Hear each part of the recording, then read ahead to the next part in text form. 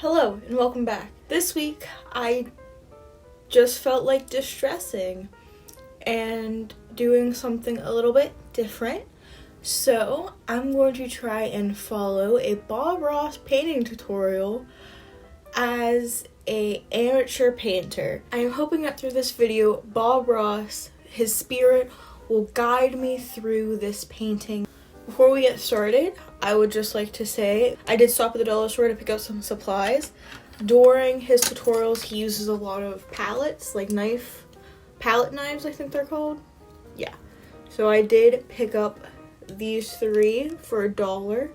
Beautiful. I wasn't able to find a palette at the dollar store, unfortunately, but I do have this Spider-Man plastic plate that I do own as a 22-year-old that I will be using as a palette. I will be using the backside because it's white and I'll be able to see the color mixing better, but I do want everybody to know before we start that this is a Spider-Man plate that I own as a 22-year-old. So I'm going to prep the palette and we will get started.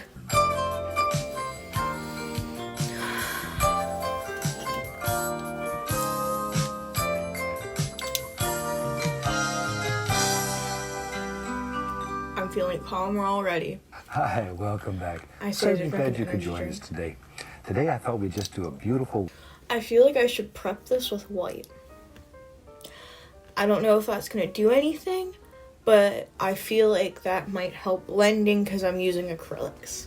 Any artist out there saying that's a stupid idea? I can't hear you, so I'm going to go with my gut. Let's go. Okay. And today we're going to use a very limited palette, which means we're only going to use a few colors. So let's start out with a little alizarin crimson. Just a little on the old 2-inch brush. I'll go right up here and just bounce in a little bit of pink. And this is one of those paintings that it should make you happy. So just enjoy this. This is not something you should labor over or worry about. Enjoy it.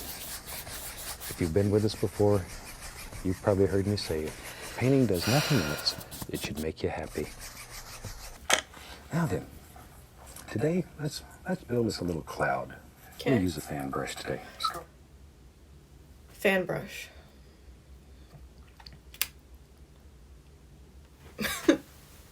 As you might be able to tell, I use this fan brush for like makeup purposes. But for the sake of Bob Ross, I'll make some sacrifices. And I'll just clean it really well. Callie, if you're watching this, I'm sorry. And we'll go up here, and I'm just going to put in an indication of just a happy little cloud using just the corner of the fan brush. And you could do this with a 1-inch brush. It works very well. Very well. There.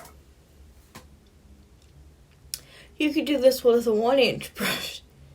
It works very well, he says, after I literally coat my highlight fan brush in white paint. Maybe right here, we'll have another little cloud. And you can do this either way. You can put the light in first and then the dark. It doesn't much matter, as long as you blend them together gently. Little light in. Get my little fan brush that has that touch of dark color on it.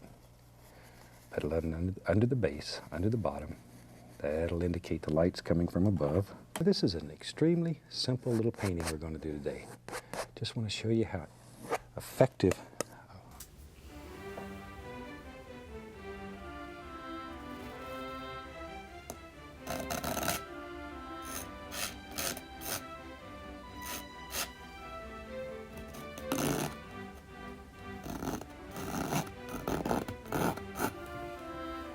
Now then, let's have our light coming from the right, because I'm right-handed, and that's normally easier for right-handed people. There we go. Sweet. See there? Now then, maybe have a little snow right there, wherever you want it. Just think about where light would zing through there and play and make all these little highlights on the mountain. cut off a little roll of paint. Go right up here, touch, and let's put in the indication of some nice little shadow areas here. No pressure, absolutely no pressure. Just let the knife barely graze the canvas. Just barely touch. And that's what causes all that breaking. You want those little holes in there.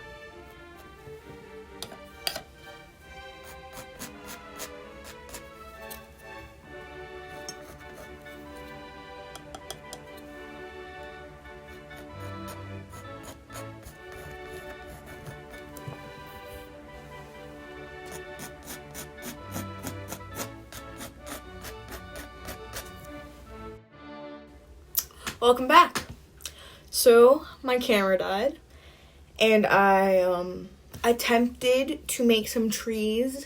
That's pretty much all you missed. We're going to move on to the reason why we even painted inside this oval, and I'm looking forward to it because I know the ending, and it's the hardest thing I've faced so far.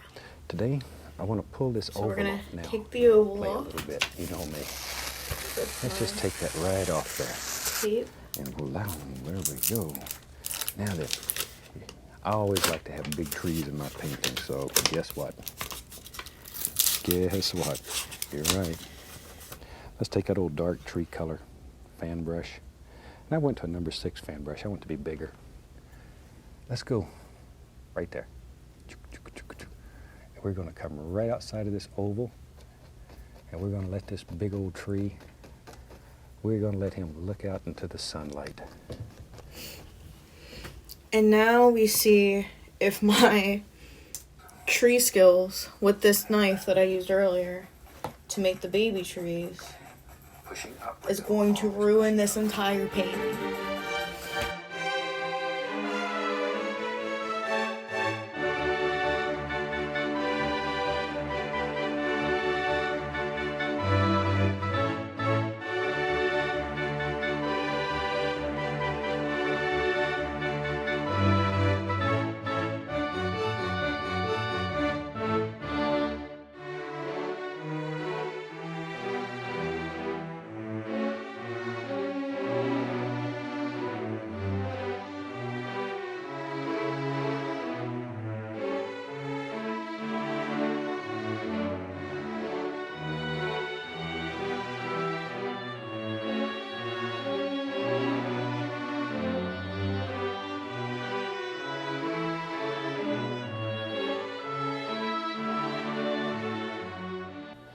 Somehow I have to stop this tree, so we'll put a bush under his foot.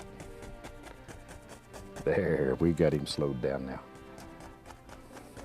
Got him slowed down. Maybe, well, we'll just come on out here. What the heck? Let your imagination go when you're doing these little paintings. That's what makes it fun. Just let them go.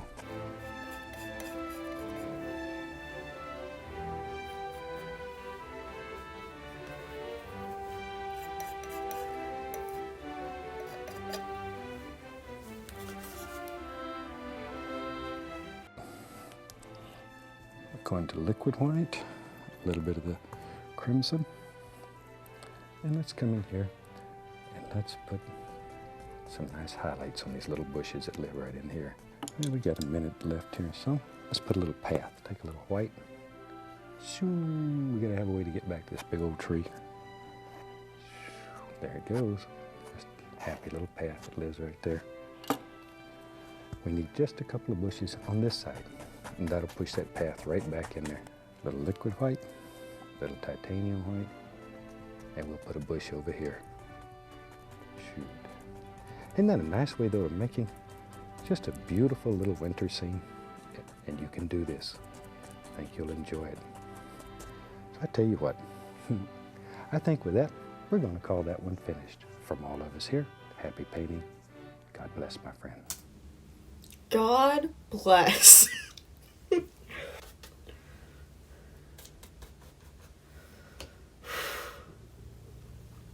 I don't like this bottom part at all. But the thing is, how do I fix her?